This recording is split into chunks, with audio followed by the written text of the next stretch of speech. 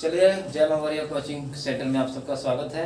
जैसा कि मैंने पिछले वीडियो में आपको बताया था कि इसका जो सेकंड पार्ट आएगा उसमें साइंस के लिए हम लोग गेस्ट क्वेश्चन लेके आएंगे। तो आज हमारा ये वीडियो जो है स्पेशल बिहार मैट्रिक के जो छात्र हैं बिहार बोर्ड के, उनके लिए साइंस विषय का गेस्ट क्वेश्चन है।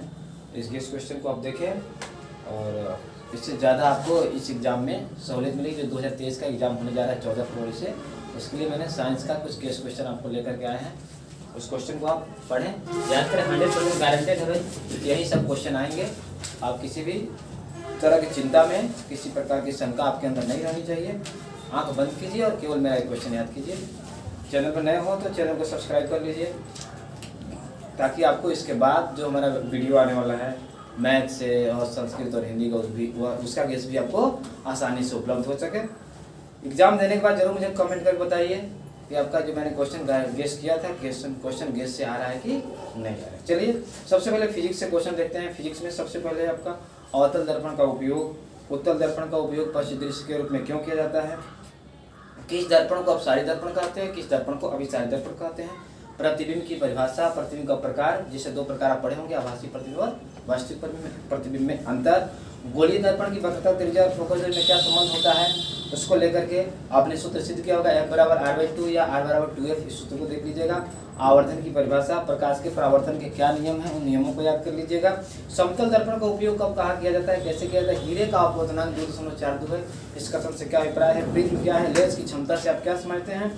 समन्वय क्षमता से आप क्या समझते हैं? दृष्टि दोष, यहाँ से क्वेश्चन निश्चित रूप से रहेगा। दृष्टि दोष जानते हैं आप, मुख्य रूप से 3 प्रकार का दृष्टि दोष पढ़ाया जाता है।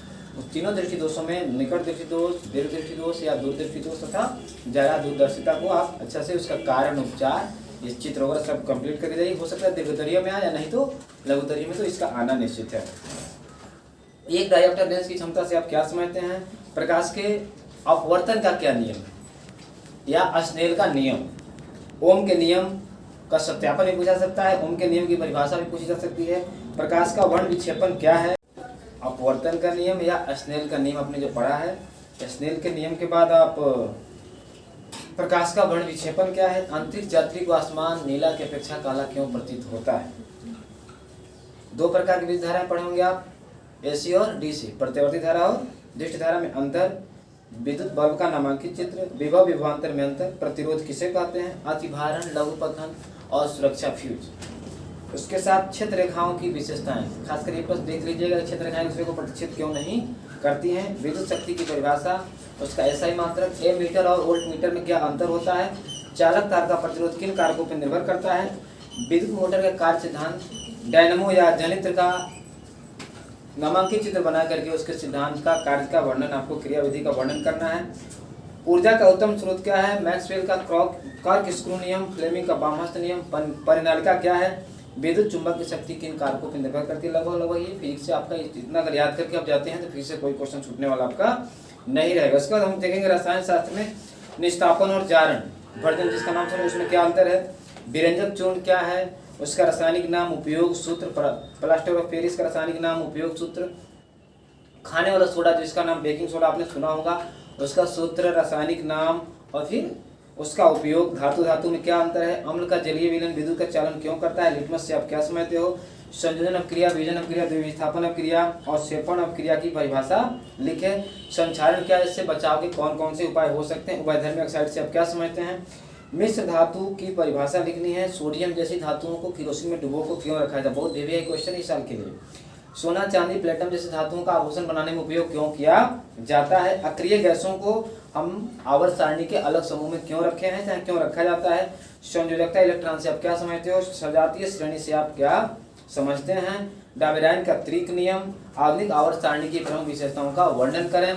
3R सिद्धांत, पर्यावरण मित्र बनने में के लिए आप कौन कौन सी आदतों में सुधार ला सकते हैं।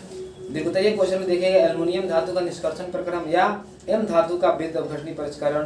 धातु धातु में अंतर, हाइड्रोजनीकरण अपक्रिया क्या है। संकलन या योगात्मक अपक्रिया से आप क्या समझते हैं।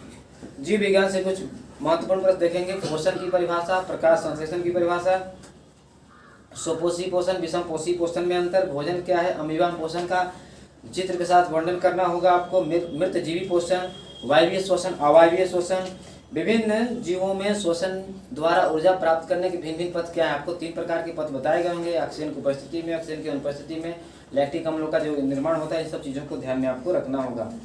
रक्त क्या है, उसके प्रमुख घटक कौन कौन से हैं, उसके कार्य क्या हैं, जाइलम फ्लोएम में क्या अंतर हो सकता है, नेफ्रॉन या वृकाणु की क्रियाविधि का वर्णन करना है, मानव मस्तिष्क का कार्य, प्रतिवर्ती क्रिया और प्रतिवर्ती चाप में क्या अंतर है, परागण से आप क्या समझते हैं, समझातन किसे कहते हैं, ओजोन परत क्या है, इसके क्षय का क्या दुष्प्रभाव हो सकता है, ओजोन परत की क्षय क्यों हो रही है, इन सब चीज़ों की चर्चा आपको करनी है। इसके रोकथाम का क्या उपाय हो सकता है, जैविक आवर्धन से आप क्या समझते हैं, वन एवं वन्य जीवों का, वन प्राणियों का संरक्षण क्यों जरूरी है, मानव में लिंग निर्धारण कैसे होता है, प्रकाश संश्लेषण के लिए पर्णहरित अनिवार्य है या क्लोरोफिल अनिवार्य है, इसको आपको क्रियाविधि द्वारा सिद्ध करनी है, क्रियाकलाप द्वारा, या प्रकाश संश्लेषण की क्रिया में ऑक्सीजन गैस मुक्त होती है, इसको आपको सिद्ध करना होगा। इसको देख लीजिएगा।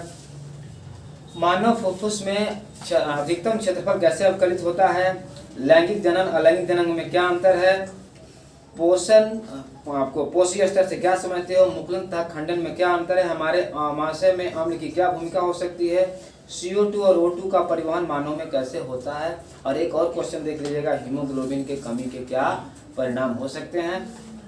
ये सारे क्वेश्चन अगर आप याद करके जाते हैं तो निश्चित रूप से ही एग्जाम में जो आपका साइंस का पेपर होने वाला है, सारे क्वेश्चन यहाँ से ही रहेंगे, इसमें कहीं किसी प्रकार की चिंता आपको नहीं करनी है। बहुत बहुत धन्यवाद।